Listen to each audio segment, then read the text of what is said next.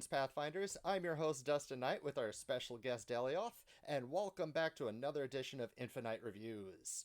Tonight, we are reviewing Volume of the Vanguard and Delioth's dossier, Minotaur, along with prolific Pathfinder author Delioth, who you may know from such titles as Tome of the Ammonite. Hello, Delioth. Hello. Great. So first, I need to clarify that all views on this show are my own and have not been reviewed or endorsed by Paizo. My ongoing goal is to showcase and review as many products on Pathfinder and Starfinder Infinite as possible. If you have any requests from any products I have not already given a thorough review, please feel free to contact me on social media or catch me on my Discord at infinite.net. Welcome to the show, Delioth. So, before we get started, would you mind telling us a little bit more about your background and experience with tabletop RPGs and Pathfinder as a whole? Yeah, so for tabletops, I generally started with Pathfinder First Edition. For the most part, I did a little bit of a 3.5 before that, but something like 10 years ago, started with Pathfinder. Ran some of that in high school, ran some of that in college with a nice group that we ran there. Um, have been admittedly a bit short on games in the Mm, last few years with everything that's going on. right, understandable. But yeah, Great. that's the background. Gotcha. And I see you have done a number of awesome Pathfinder Infinite titles like the Ammonite and the Vanguard. I love these both. When did you start creating content for tabletop role-playing games? And do you have advice for anyone else who wants to get started? Yeah, so I started creating content for tabletops. Uh, would have been shortly after Pathfinder Second Edition actually came out, Mm, just because there were with the core rule book, there were so many options there, but it also felt like there were so many things missing, mm, or things that I was inspired to make and put in the game right, right. that just Paizo couldn't put out 2,000 pages of content right with the release. They Unfortunate. tried, but You mean you don't it want a $300 2,000 page CRB? Look, I would love if the CRB took up an entire one of my bookshelves, but it's probably not viable for them to do. Yeah, probably not. Oh man. I also want to point out that all your products come with a really solid Foundry integration, including this nifty PDF with each of them that explains how to easily install these modules. I'll put one up on screen right now. Um, I absolutely adore this. I think it's awesome, and I'm glad to see more Infinite creators getting into Foundry. So, is this something you're going to continue going forward that you're finding good success with? Yeah, I mean, I'm probably going to continue doing them. I can't say if they're actually improving any numbers or anything, but like they're really not all that much effort to put in and build one. Mm-hmm.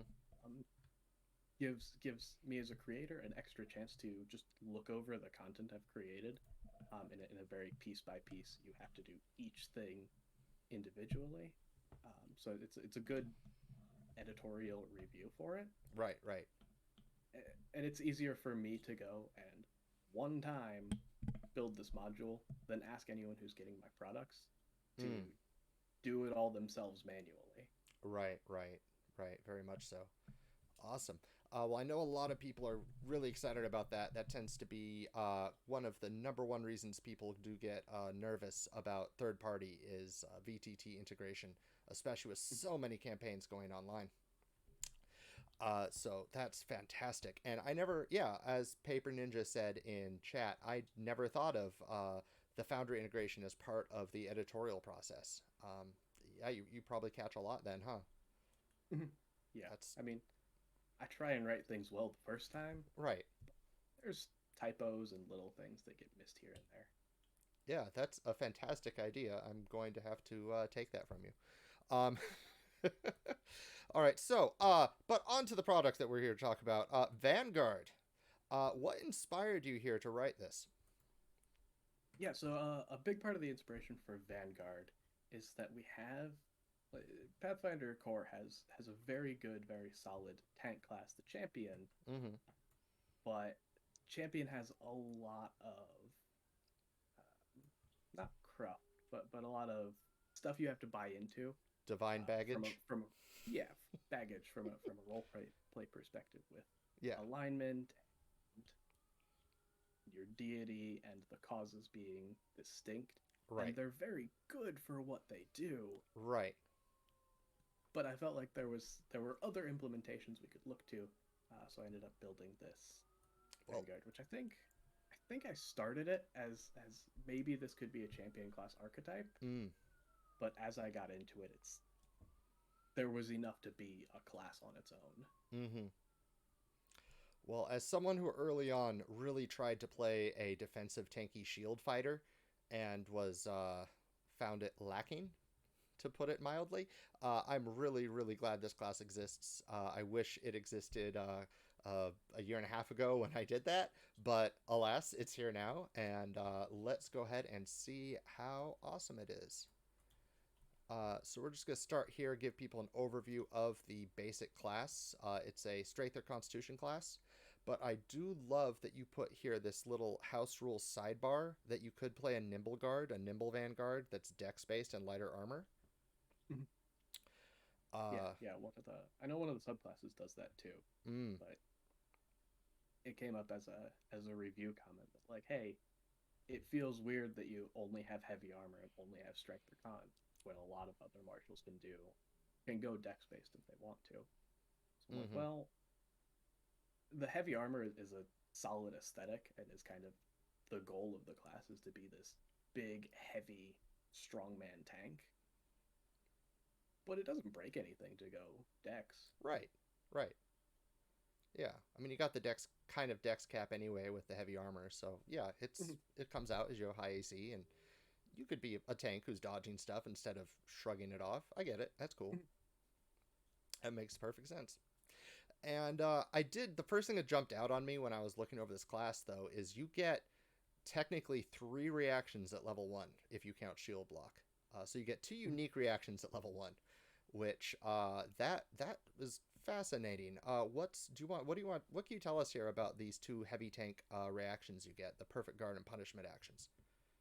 Yeah, so the Perfect Guard and the Punishment kind of come from a basic design standpoint of tanks, that tanks need to be able to convince enemies to attack them by making enemies suffer something if they target one of your allies, but also need to be able to have solid defenses themselves. Right. So that's kind of the 2 parts of the Punishment and the Perfect Guard. As punishment is, please don't attack my allies. Perfect Guard is, but if you attack me, I can do something about that. It's like how good champions have the when you attack their allies, that ally gets resistance and does something. Right. While having solid defenses themselves, along with like lay on hands. That makes sense. Yeah, and I do love that you did a DC 11 flat check with a critical success. So that just means on a 20 you get the critical success. You don't have to worry about 10 plus. That's clever. Like I saw, because at first when I read the critical success, I'm like, you take no damage. Oh man! And then I saw, oh wait, it's a DC 11, so you're gonna get that on a 20. Which that's fair. That's fair. Though there are some class abilities and features that modify that DC a bit. Right, and there should be. That's perfectly fine. I love it. And even though there's the 2 reactions you have to look at, you're probably, I do feel like it's not going to be too much even before you get those feats that give you additional reactions, because they're probably either going to be attacking you or an ally. Like I feel that. That's fine. That's good. That's really cool. And it still gives you a lot of tactical depth to this class. I'm glad this class has a lot of tactical depth. It's not just one target has to attack you and then you take a bunch of hits. There's a lot of cool actions this class gets to play with that I really appreciate. And of course, in addition to the normal choices of a bunch of awesome class feats, every Vanguard chooses a Valor. So what can you tell us about those? And do you have a favorite? Yeah, so the Valors, if you want to just, you've got them up ready? Yep. Yeah, so those are just it feels good to pick a subclass and have that kind of direct what you're doing, how you're building your character, how that all fits together. Right. So that's kind of where the Valors came from, because having a subclass feels good. Mm-hmm. So we've got the Rampart, the guy who's using a big shield, protecting everyone with that. Awesome. Hero to just kind of strike out on your own. Okay. One of the things I would note about some of these is they're very definitely inspired by like the GBA Fire Emblem games. Cool. That's actually where the naming of hero comes. Oh, okay. That's awesome. It's relating to the hero class from like Sacred Stones or whichever ones around that. Gotcha. That they're lighter, faster warrior types. Gotcha.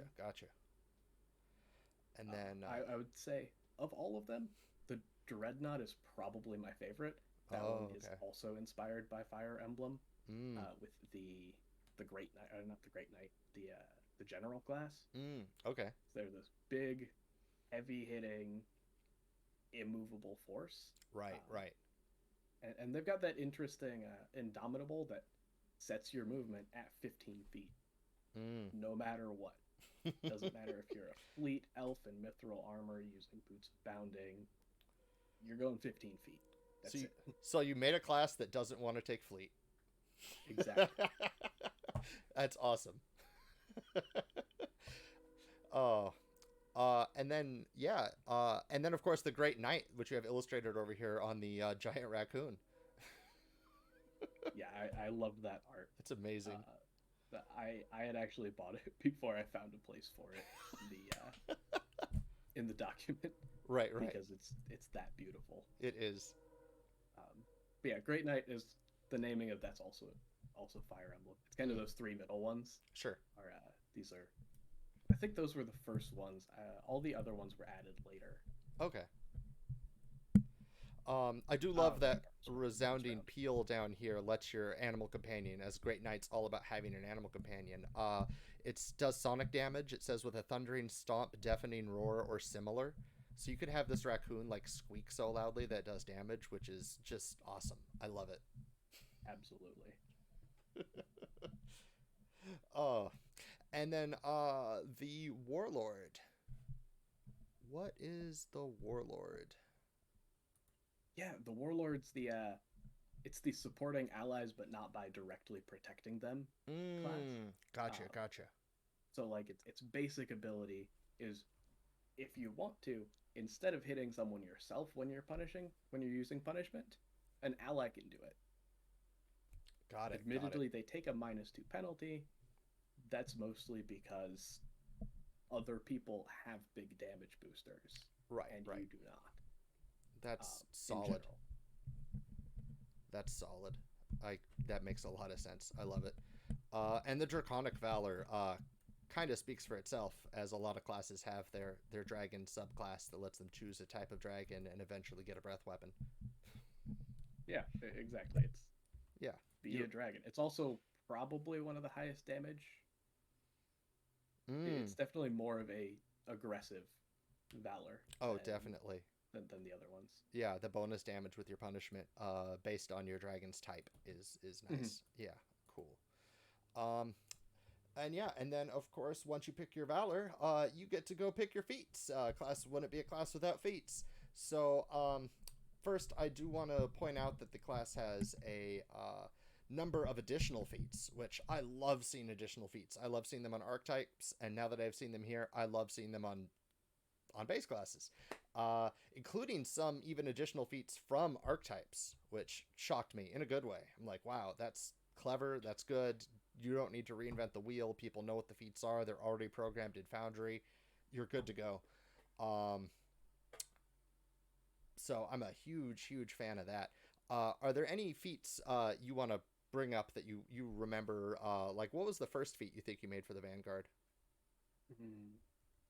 The first, well, for some of it's a little weird because I do have a backlog of just stuff that I've thrown at a wall. Okay. And it is just waiting for a spot to make sense. Sure. I probably wrote Slugger a year and a half ago. Level 4 feat that enhances power attack. Oh, okay, yeah, it lets you stun with power attack. I love it. Yeah, it's like at a conceptual level, it's Stunning Fist, but for power attack instead of Flurry of Blows. Totally fair. I love it. But it fits so well with Vanguard that I Mm-hmm. had to put it here.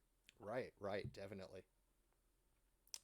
Um, love some of the names of these feats. Like, is that all? Level 1 feat. When you take a hit, you put up a brash face and ask for more. When you fail a perfect guard and take damage, you may make a deception check against the triggering foe to make them frightened. So, like, you might have still taken damage. You might have failed that flat check, but they're frightened. I love that Yeah, a lot. yeah, that they're really typical, like uh, almost anime. You Mm, hit me, but why do I care? exactly, exactly. That's great. Um, and then you have your taunt feat, which I think was that was the first feat that jumped out at me. Simply, like I just got lucky seeing that first, but like going into the Vanguard, I knew that would be there somewhere, some way of making it so somebody will want to hit you and not other creatures, giving them a Yep, penalty against all your allies. It's classic, classic. yep, yeah. And taunt is really plain. It should be there. It makes sense for it to be there. Yeah, Um, I liked that it was, or that I ended up making it. You don't make a check, yeah, um, so it kind of competes with some other things. Like it's better than using just a demoralize on someone because you don't have to make a check, but also they don't take any penalties against you. They don't take any penalties to their armor class. So there's real, I think there's depth there. gotcha, gotcha. Yeah, I completely agree. Definitely is. Um, I did just notice now that weapon focus, you have a feat that gives you access to critical weapon specialization effects. Is there also just the default by leveling up? Um, I don't believe so. I think Okay, if I remember right, one of the paths might get it, okay, but it's generally not something that's it's kind of in the same design as Monk's brawling focus. gotcha, gotcha, gotcha. That makes a lot of sense. Sweet, sweet.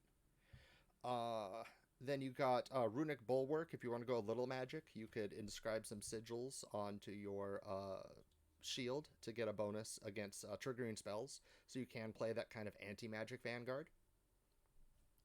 Were there any other feats for an anti-magic vanguard? I think there was. I think there's one that builds off of Runic Bulwark Yeah. later on. Boo, boo, boo, boo, boo, boo, boo, boo, boo. Well, we could get to it when we get to it. You Mhm. got things that grow off off taunt. You have fight me, which is great. You can Yeah. target up to 4 different people and just be like, y'all got to fight me. I love that. Mhm. I mean, or they Yeah. could take the penalty, but yeah. Yeah. The classic. I can taunt one person, but now I can taunt everyone. Yeah. um, man, and there's so many fun feats here. Yeah, like you have Sunder Spell. You don't need the rage without the rage trait as a 12th level feat, for example, if you wanted Mhm. to play that anti-caster. Which that makes perfect sense. I mean, you might say like, well, you don't have to rage. Well, it's like, yeah, but every barbarian's going to rage. You're going to want the extra damage, and this class can't do it. So that's fair. Mhm. That's perfectly fair that it could spell Sunder. It makes perfect sense for the fantasy as well. Yeah. Yeah. Just break down that prismatic wall. We don't Exactly. need it anyway. Oh man. Were there any other feats you wanted to show off here from this class? I think one of them I really like is Hold Your Ground. It's on page 11. Actually, Hold Your Ground and Raise Defense. Both of those I love. That Hold Your Ground, like you get temporary hit points for standing in place, Mmm. which I think is There it is. a concept that Pathfinder Second Edition doesn't have a lot of. Yeah. There's very few things that give you an incentive to stay in the same spot. Right. Like Right. grapples will break if you move. Mm-hmm.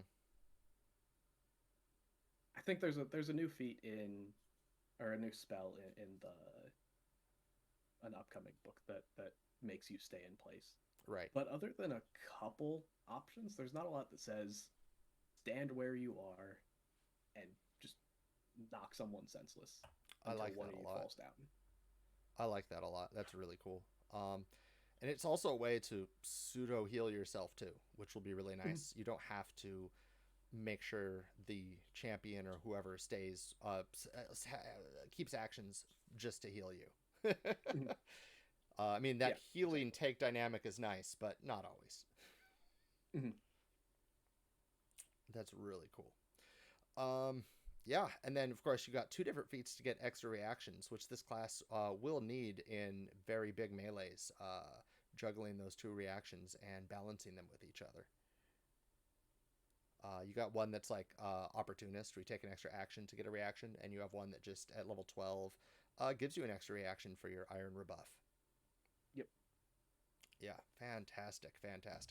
And you have plenty of steed feats as well that I know we were talking about before the show. If you want to ride that animal companion, you got the feats for it. You could get a indomitable, nimble, or savage animal companion. You could grow and advance your animal companion, which in a way is like having another way to access some extra damage, so you're not just playing the tank. You could spend your actions to have your giant raccoon tear the opponent apart. Yeah, absolutely. And especially with things like the horse. Running forward on your horse with a greatsword is gonna do a lot of damage. Definitely. And then you've still got an action left to put up some defenses or something. Yeah, it's perfect. Talking about perfect, we also have perfect guard and perfect counter. Really cool feats. It lets you perfect counter increases perfect guard even more, increases the DC, which will already be significant, being just your class DC. And then man, my brain just didn't want me to retain that. Sorry, go ahead. It's changing the DC of perfect guard, which is that DC 11 flat check. Yes. So it's making your flat check harder, but in return, when you reduce damage, you get to reflect it back. Yes. And they do get a fort or reflex save, but it gets to be your choice. That's really nice. And it's against your class DC. That's where the class DC came into play. Yeah. And I love that. There's not enough ways to reflect enemy damage. Like, it seems like it's such a staple fantasy, and it's really cool getting a take class that could do that. If you want to hit this guy really hard, there's a very good chance that you will regret it. If they have perfect counter. I also always love looking at the 20th level feats, because they're the most exciting. They're the capstone feats. They're the big ones. So here we have Last Stand. Last Stand is wacky. Yeah. So you have to be at half or fewer hit points. You get 10 temporary hit points at the start of each turn, as long as it's a stance, so as long as you're in the stance. Your perfect guard DC is reduced by 3 and does not cost a reaction. So you are going to be perfect guarding. You are going to be reducing your damage, probably with that lower DC, against everyone around you. You do not fall unconscious to 0 hit points, and you instead may act, but you do gain the slowed condition each time, and you still increase your dying condition. So that is very dangerous, but thematic and cool, and will make a lot of powerful memories. Yeah, and especially, like, if one were to build towards this, you get a class feature at, I think, 19th level that just straight up reduces your perfect guard's DC by 1. And then I think the hero valor, if you're in certain conditions, can reduce it by another 2. So you could end up with a perfect guard that's on DC 5. Wow. Yeah, so you'll have a 50% chance of preventing half the damage, and a 25% chance of preventing all of it. Yep. Awesome. That is really, really cool. Paper Ninja in chat saying that they want to see that play out. They don't want to kill a character, but watch them still fighting off. Yeah, but you will be level 20, so you will have teammates who could have, spells ready to keep you from dying, potentially, hopefully. Breath of Life and whatnot. They could try to do stuff to keep you going. If they see that you're at, dying 2 or dying 3 and still at 0 hit points with persistent damage, and every enemy in the battle right up in your face. Yeah, I mean, if you're at the point where you're at dying to, uh, after you've been reducing damage by about 2/3 Mm-hmm. coming in, Mm-hmm. like there's bigger issues you're facing right now. Right, right, right. I mean, hopefully at that point there's only one enemy left at barely any hit points. But if there's not, yeah, like you said, you're facing bigger issues. Or you just got with your GM and said, let's all make 20th level Vanguards and just keep throwing monsters at them until we fall over. That's a beautiful campaign idea. One shot, I guess. Right, right. Just crank the heavy metal and I'll play Viking type characters and go for it. Yeah, just keep throwing tree razors at them until they fall down. All right, and dedicated defender, feat level 20. Your defenses resist all matter of assault. You gain resistance 5 to physical, or increase an existing resistance to physical by 5. Awesome, awesome, great foresight there. Additionally, creatures and effects that roll a natural 20 on an attack roll against you do not improve their result by 1 degree of success. Oh, that's clever how you worded that. It's taken straight from a champion feat. Okay. I have not played a champion that to that high of a level yet. Yeah. Champion has an almost identical level 20 feat. Okay. It doesn't have wording around increasing your physical resist. Okay. But that's mostly because I think the Dreadnought subclass gives you a relatively consistent source of physical resist. Fair. And fair. I didn't want to write a feat that just feels bad to take one of the subclasses. Gotcha. Oh, and that's a cat. Yep. Yeah, my cat's been begging for attention now. Oh, adorable. All right. So, Vanguard multiclass. I'm glad you remembered definitely to put the multiclass rules in here, as on occasion that gets forgotten, and it's solid. It's absolutely solid. It definitely could turn pretty much any character into something. It will either improve their defenses that weren't good to start with in the beginning, or can kind of make them a tank.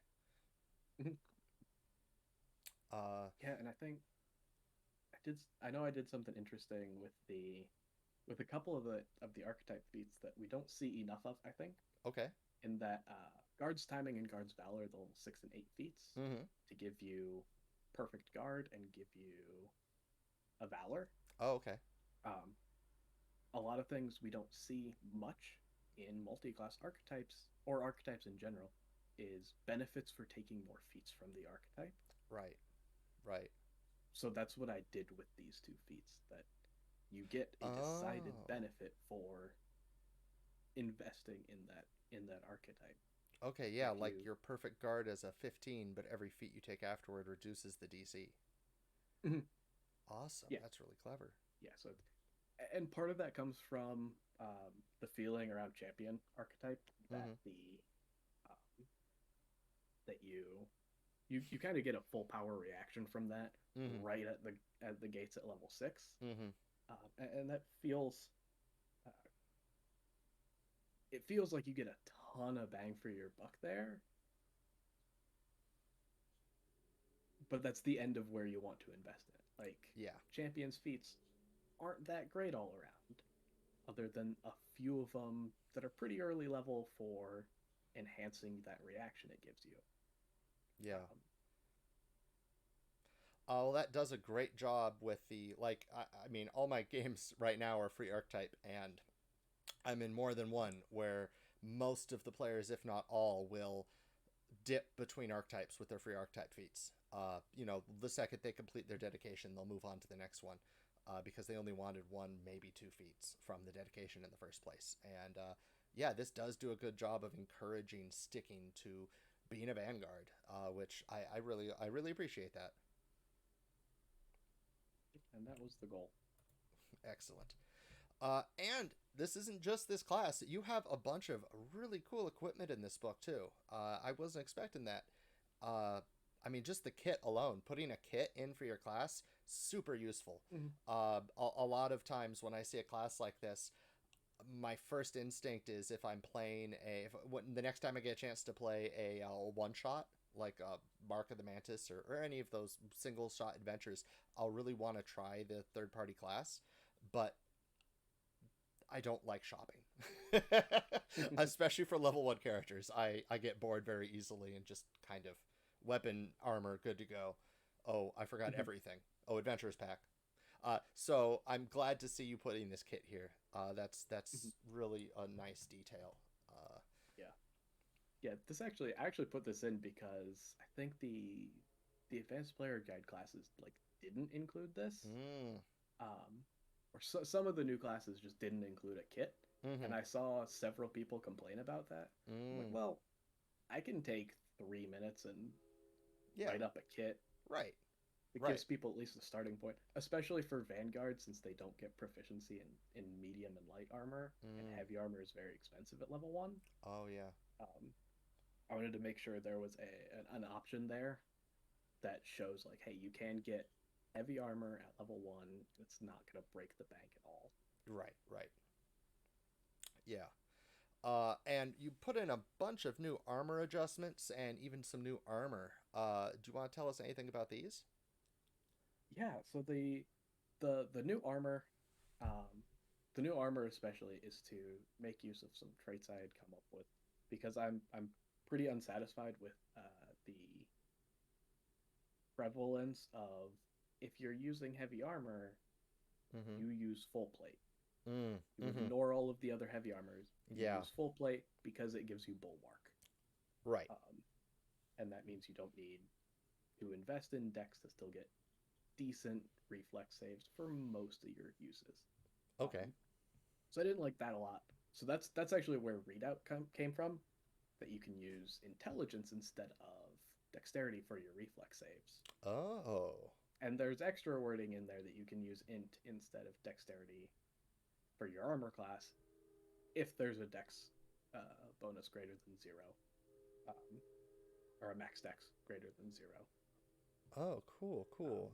And how do you get redoubt on your armor? Or is that on a specific... Oh, that's on the so specific armor. yeah, it's on both of the armors I included.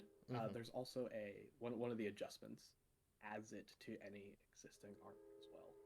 Um, Oh, so very that's kind of cool. what these two armors are for. Is um, mainly to give options that aren't just you use full plate. Why would you use anything other than full plate? Mm-hmm.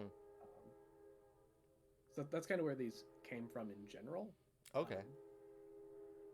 Um, and stone plate specifically is, uh, I know there are a lot of complaints about like dwarven druids who just Oh, don't have good heavy armor to use. Like yes. at late levels, yeah, you can get dragonhide plate, Uh-huh. but that's also like twice as expensive as other armor. Yeah, yeah. That's a So big investment. here's stone plate. It takes a lot of strength to use effectively, Mm-hmm. but it's made out of rocks. Yeah, that's fair. That's good. I love that. And then the other you have a steel mountain, which I love. Actually, it says right there in the description, it's an absolute unit of steel in multiple layers. I love that. Yeah, steel mountains, Exactly. great. Awesome. And that's a new plate armor, of course, because you got the stone armor and you have the plate armor. Excellent.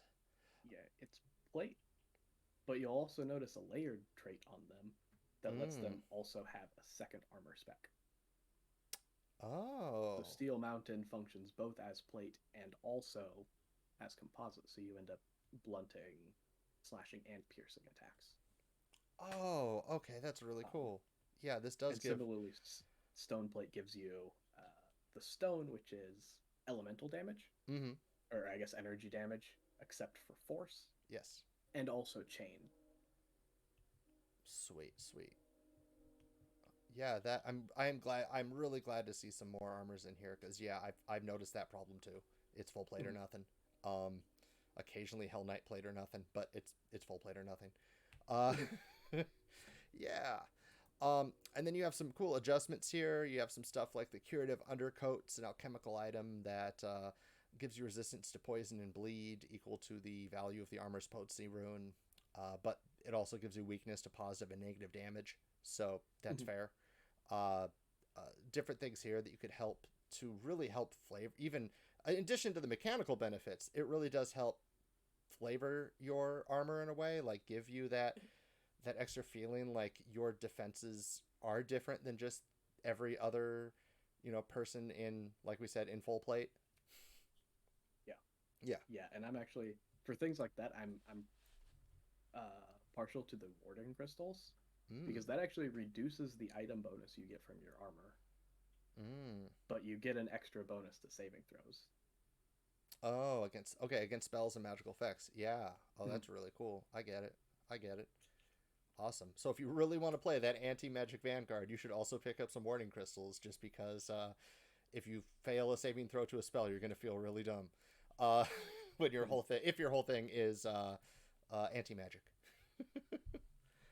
Oh, that's really cool, man. And then you also included an iconic. If people want to try out the Vanguard and only have 5 minutes.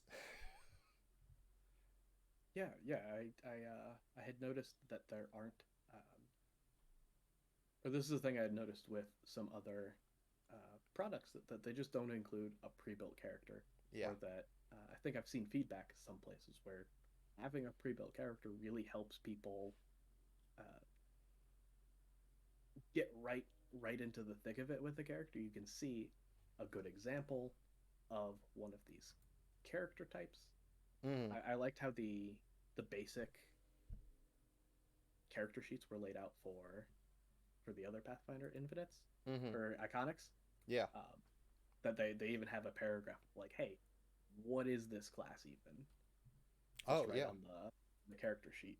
I see that. That's That I cool. think it gives a lot of just get into the thick of it, see how one of these characters works at a basic level without Awesome. necessarily having to read through the whole class and see, okay, well, I've gotten through all the first level class features. I don't need to read the rest to understand the class. Mm. Gotcha. Gotcha. I do love that you put all the important traits in addition on these. So players who might not have ever even played a martial character before might be like, the shove trait. Oh, what? How exactly does that work again?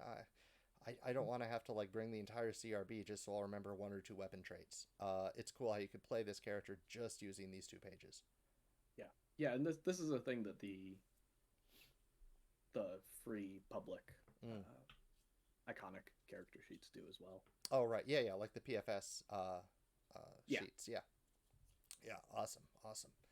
Uh, and hey, if it's not, unless it's PFS sanctioned, you could ask your GM at PaizoCon if you're playing a level one shot.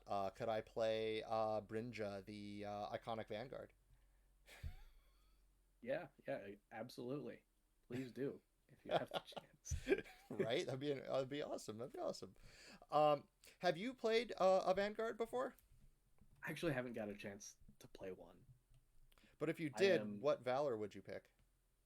I would almost definitely play a dreadnought. A Dreadnought. Awesome, awesome. Yeah. Oh, that's what Brinja is, huh? Yeah, Dreadnought Yep. right there. Yep. Cool, cool. Very cool. And how viable would you say a Minotaur Dreadnought would, or Minotaur Vanguard would be? I'm pretty sure a Minotaur Vanguard would be fantastic. They're not necessarily designed for each other, but it's a perfect look. It really is. Yeah, because the other product that you had come out recently here was the Delioth Dossier Minotaur. Super excited to see this. It's been years since I've gotten to play a Minotaur, and I was when I saw this, even before I thought of anything involving an interview or a review, it was just, oh, I got to pick this up just for myself. Um, Yeah, and that's a sentiment I've seen a surprising amount of people who are like, I would love to play a Minotaur. I want to see a Minotaur in Pathfinder, right. but I hadn't seen anything on Infinite for it, or in any of the like homebrew channels that I Mm-hmm. frequent. Um, I was actually surprised that I made it to like what we're at almost 2.5 years now of Mm-hmm. Pathfinder 2 and Mm-hmm. hadn't seen anything other than the stuff I had written, Hmm. um, like sketches of this. Yeah, it is strange. I mean, you think by now somebody would have made all the World of Warcraft ancestries into ancestries by now, Exactly. or something. But and then we'd at least have something like a Minotaur. But no, yeah, you're right. The closest I've seen, I guess, is the Centaur, which is not a Minotaur, but like I said, the Mhm. closest, or maybe a bull, that animal one, Beastkin, but Yeah, not really. like beefskin would work, kinda. Yeah, but it's a cheap substitute. You're just a diet Minotaur, not the real Yeah. thing. Um, yeah. So you've done a great job here in your write-ups, making sure that you're using the fact that you're on Infinite. This is Galarian Minotaur. You have some great Mhm. information here about where they fit into the setting, why you'd want to be adventure as a Minotaur, what other people think about you, all that good stuff. You made sure that they only have a 5 foot reach despite being large, which is great.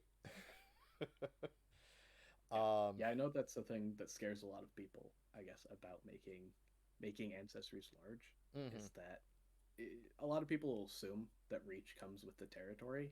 right. It doesn't technically. Um, I could have just said large and said nothing else, and I'm pretty sure the rules back up that they Yeah, don't get 10-foot reach. it's good to I just point it wanted to out. make it clear. Oh yeah, Yeah. yeah, it's good to point it out. When I wrote the Sphinx ancestry for Owen Casey Stevens, I made sure to point that out because there's so many threads about it. Just looking up the Mhm. rule on it to be like, do I need to put it in? Okay, enough people have asked that I need to put it in. Mhm. Yeah, yeah. And then I also made sure to include a little blurb at the bottom of that page, Mm, just mentioning that, like, hey, sometimes people will make dungeons that only have 5-foot hallways. If you're a GM that does this, or if you're using pre-made stuff that uses 5-foot hallways, mm-hmm. maybe don't make your minotaurs squeeze and have half movement all the time. Yeah, Maybe just let them go. yeah, They're adventurers. They've probably figured out how to do this well by now. yeah, yeah.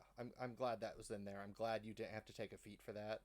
Because that was my first fear when I saw large was, oh, did he make it? So you don't get a first level feat because you have to take that, and no, no, you don't. That is grand.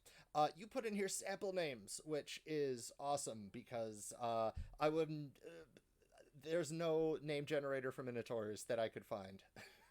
Mhm. So even if you're a GM and you just want a Minotaur NPC and you want to know like their personalities, possibly their in world inner sea religion, and have a name, hey, it's here for you. Mhm. Uh, Yeah, and some of these actually used the lore I had kind of built up around them because mm, there's not all that much Minotaur lore mm-hmm, in Galarian. right. Uh, so part of this is I have a couple sections that mention that Minotaurs might use naming their children as a sort of term of endearment for their adventuring pals. So Oh, some of these names are actually taken straight out of other ancestries. But oh, okay, I that's think cool. Fonra and Hup and Vor I Yeah, those think are comes names. straight from Dwarf, Mm, if I remember right. okay, that One of makes them might sense. come from something else, but a few of them are from that. A couple of them are actually just characters I've played in the past. And one of them's Minos because you can't have a complete name of Minotaur name or a complete list of Minotaur names without mentioning Yeah, the origin. right. Yeah, you need the classics there. And then yeah, and you put in different heritages, of course. Of course. Yeah. So you got And yeah, and two of these are actually referenced in the bestiary. mm, Because there's a sidebar there that mentions great horned minotaurs and shaggy minotaurs. oh, Um, fluffy cows. yeah, fluffy cows Fluffy cows. that get to be resistant to cold. Oh man, that's awesome. I need to play a giant fluffy Minotaur Vanguard now. Oh no, but then my armor. Oh no, I could pick like hero and have less armor so people could still see my coat and I'll still be warm. Mm-hmm. Yeah, absolutely. There's even a part of here that mentions that while bull on a man is the like traditional Minotaur. Mm-hmm. Um, Sometimes they might look like a yak fused with Mm. a dwarf. Oh man. Oh man. That's amazing. Oh man. Yak Minotaur. I love it so much. That's great. And then Mhm. yeah, Great Horn of course gives you shove on your horns. Minotaurs all have horns, and Lodestar you don't get lost in mazes. Cavern Minotaur gives you low light. Perfect. Yeah. I like that imagery. Yeah, me too, Paper Ninja. Me too. And then for Mhm. feats, uh, we go here through these feats. You got hooves. Um, you got a good feat, bullheaded. Love that name. Just makes you more resistant to mental effects. Bonus against triggering mental effects. It's Yeah. great. It's classic. You needed some uh, bovine puns in here if this was going to be a real complete Minotaur book. Yeah. There's several bovine puns in here. Oh man. For weapon familiarity, you got battle axe, great axe, halberd, scimitar, and warhammer. Okay, yeah, yeah, I got that. That's cool. That's a good mix. That's a good Yep. mix. You got your bludgeoning, your slashing. Yeah, that's cool. Yep. Awesome. And scimitar is a that's a reference to um, some of the lore that's in here is that Minotaur make great sailors. Uh, Oh, okay, so cool. you have to have the classic pirate weapon. It doesn't Mm, make sense without it. yeah, yeah, yeah, yeah. Okay, yeah, that makes a lot of sense. That makes a lot of sense.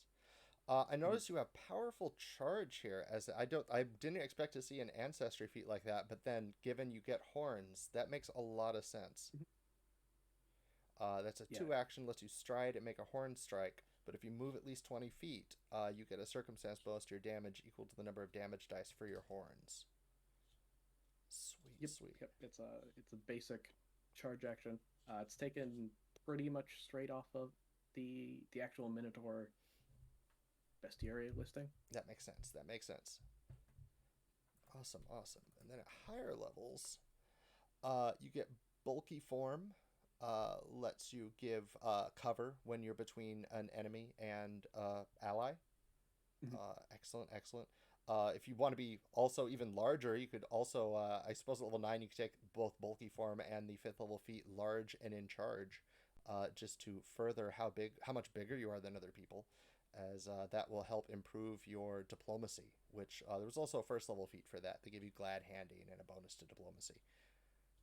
Yeah, yeah. There's a lot of feats that try to push forward a lot of that like um, kind of noble Minotaur tropes. Because Mm. one of the first RPG characters I made was it was 3.5. It was a Minotaur Knight. Oh, Um, sweet. I like and that. he was great, and it was really interesting to roleplay because a lot of the tropes you'll see with minotaurs and a lot of the like in-universe interactions you'll see are, oh, they're just big dumb brutes or they're big savages. Mm-hmm. So it's really interesting to play one that is very noble, and I think I don't think you can get a full suite of feats that are all just I'm very well spoken, Mm-hmm. but you can get close. Mm. Okay, okay. Yeah, yeah, that makes a lot of sense. I like that a lot. And hey, who doesn't remember the first time they saw Minotaur? Exactly. uh, I do love Bull's Bellow. It's that you have to have Bullheaded, which is the reaction you get when you are targeted by mental effect. This lets you attempt to demoralize somebody when they target you with a mental effect. Mhm. Love that with the idea of a Vanguard. You already have that not looking like you took any damage from something and getting to frighten somebody.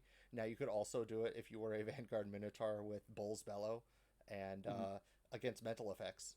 There might Yeah. not be an attack roll, but I'm still going to frighten you by being awesome.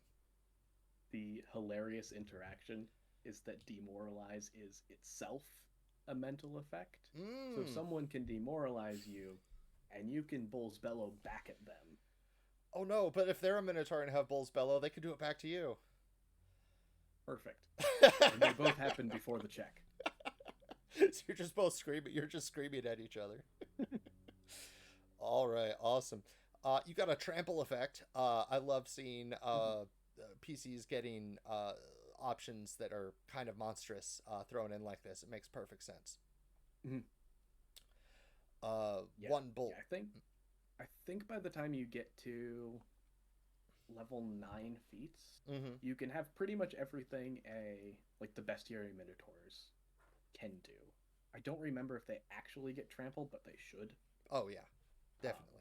They have because they hooves. also have that hunted fear level 5 feet, Hunted fear. which isn't super like you're not gonna come into it a lot Uh with huh. PCs Uh huh. because I don't know how many times PCs are in labyrinths. Mm.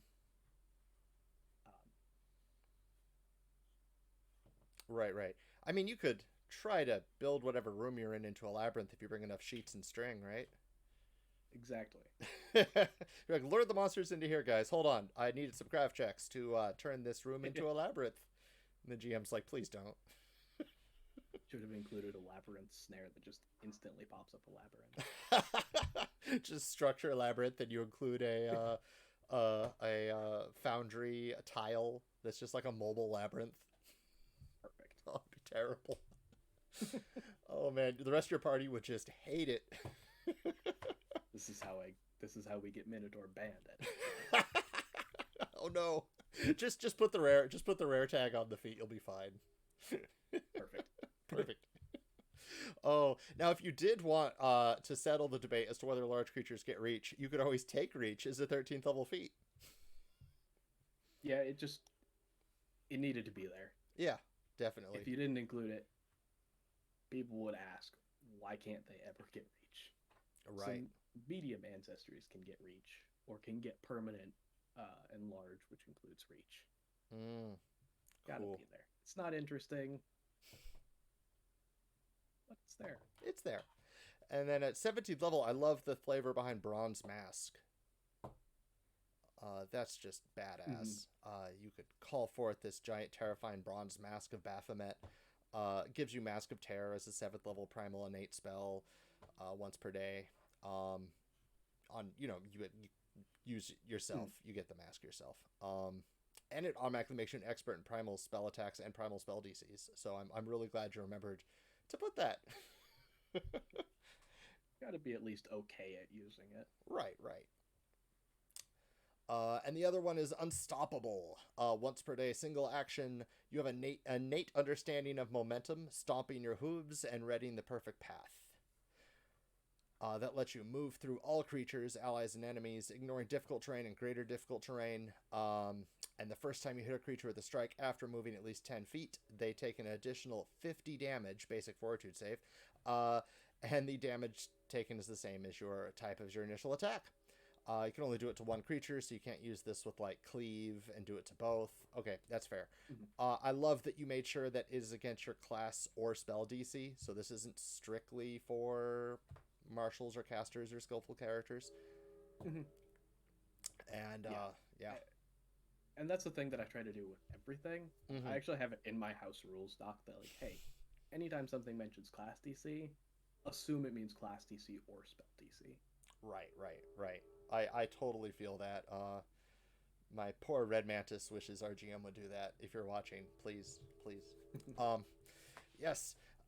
Also, you got some cool new Minotaur equipment in here. You brought back the dreaded double crossbow.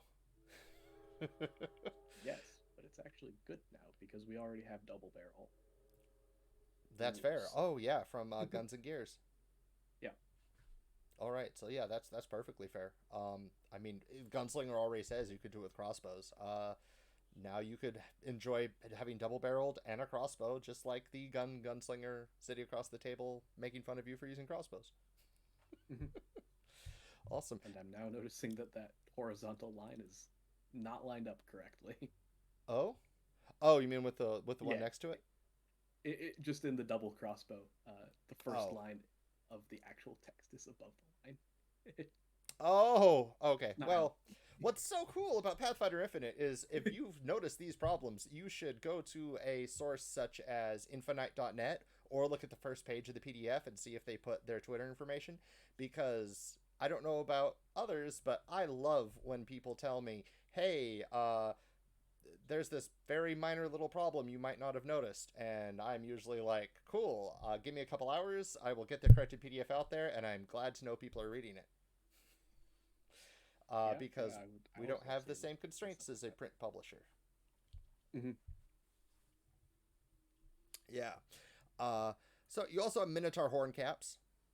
Uh, let you put runes on your horns. Let you play up that horn Minotaur, and not have to worry about ruling whether or not hand wraps work on your horns. Yeah, And if, and there's also a couple things that you can do with your horn specifically.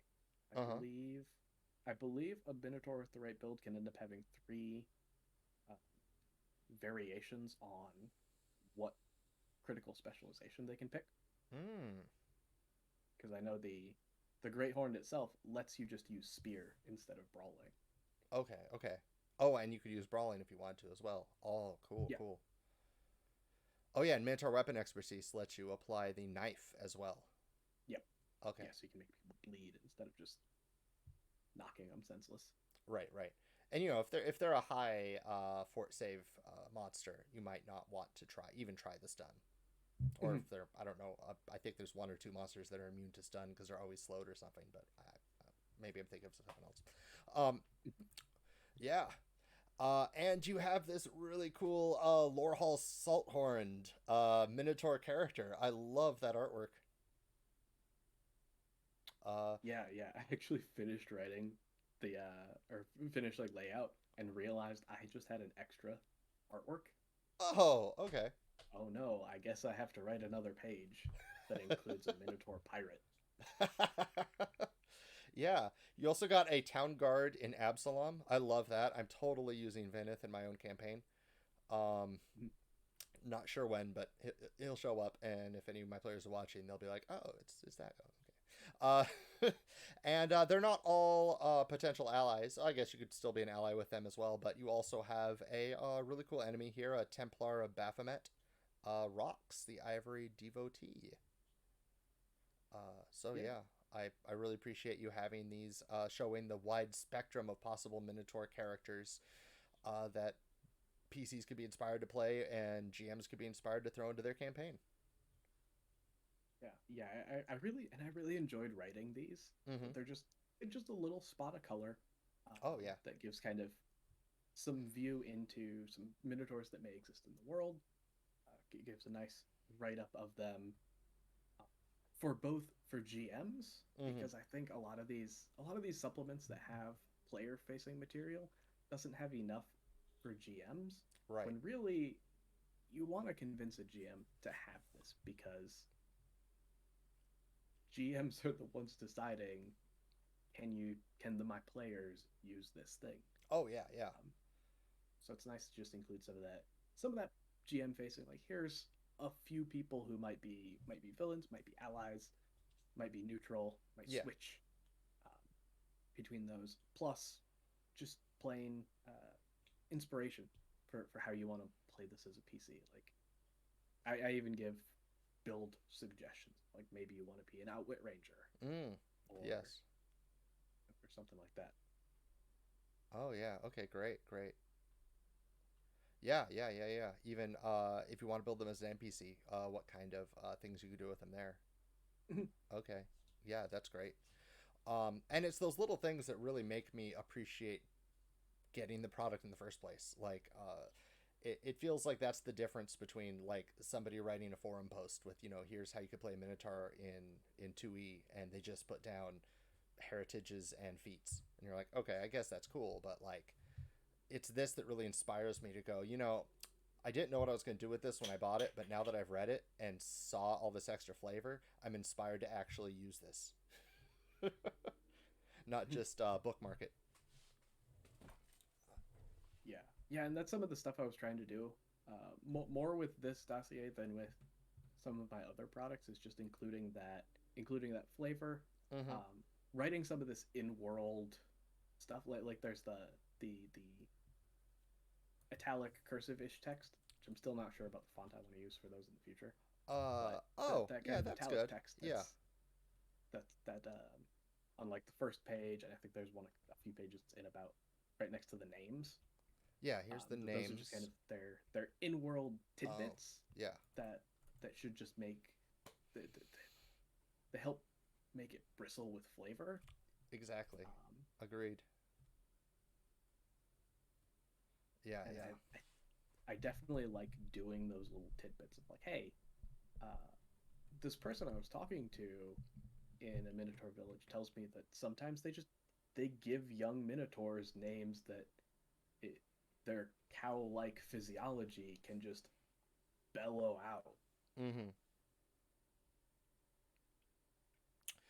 Well, we have Suki the Dragon in chat who says they're new to Pathfinder, so I just want to shout out real quick that this is Infinite Reviews. We review wonderful, wonderful products from Pathfinder Infinite and Starfinder Infinite. Today, as I will go over these two products, we are doing Delioth's Dossier the Minotaur, if you want to play a Minotaur as an ancestry, and Volume of the Vanguard, which allows you to play a total tank, a total Vanguard. It's a base class, so like a fighter or a paladin, except not as religious and not as and more defense than offense. In a way that will make you play that fantasy up as a tank. Tons of options for both of them. You could catch this review afterward. It will be on Twitch's VOD, and a day later, it will be on my YouTube channel. And you could buy both of these products on Pathfinder Infinite on the links that I am dropping right now in chat. Uh, these are awesome, incredible products. And if you're new to Pathfinder, especially with the Vanguard, and you want to see what the class plays like, make sure to check out page 17, as there's an awesome pre-made character here for you that explains everything that a level 1 Vanguard will do, and you can play it right out of the book. In addition to, all the feats and items and all the other cool stuff that you could have to build your own Vanguard from scratch. So yeah. Do you have any shout outs, news, or any future plans for future Pathfinder Infinite releases that you want to bring up here? I've definitely got plans for future stuff. Nothing that's set in stone enough to actually announce I have this thing coming. Um, but yeah, there's definitely more in the works. Currently, just figuring out what's next in the works. Great. Well, you have a very distinctive cover style here. So if you see any covers that look like this on Pathfinder Infinite, you could be sure that it's probably a Delioth production and will have the same level of quality that we've seen here. You could also check out the Infiknight. I did a review of that a couple months ago, and it's another really solid class. These products are all excellent, excellent quality, and you should definitely check them out, and all the other future products coming out. I do have one little shout out, which will be again for the Brewmasters Compendium competition. You could go ahead and check that out on the Pathfinder 2e subreddit. The May competition has begun. Uh, Judges include Nonat, who will be discussing it on his YouTube channel. You could go ahead and submit your homebrew designs for feat chains for Pathfinder 2nd Edition. That would be like feats that are prerequisites for each other for existing base classes. Winners and honorable mentions will have their entries collated into the Brewmaster's Compendium 2022 book, which will be published on Pathfinder Infinite, with all proceeds going to a charity selected by the subreddit at the end of the year. Each winning entry for these 5 contestants will also receive an art piece, and you will get the Brewmaster 22 flair on the subreddit. More information and the online forum can be found on the Pathfinder 2e subreddit in the announcement pinned to the top of the community. And you could feel free to talk about your potential submission in communities such as Pathfinder 2e, the Pathfinder 2e creation subreddit, and Infinite Possibilities Discord, which is the official Discord of this show at infiknight.net. So thank you very much, Delioth, for joining us. I'm really glad I got to chat with you. I absolutely adore your products, and I can't wait to see more. And thank you for everyone in chat for joining us, especially our subscribers and followers. Please make sure to check out our Discord at infiknight.net. And remember, there are infinite possibilities with Infiknight reviews.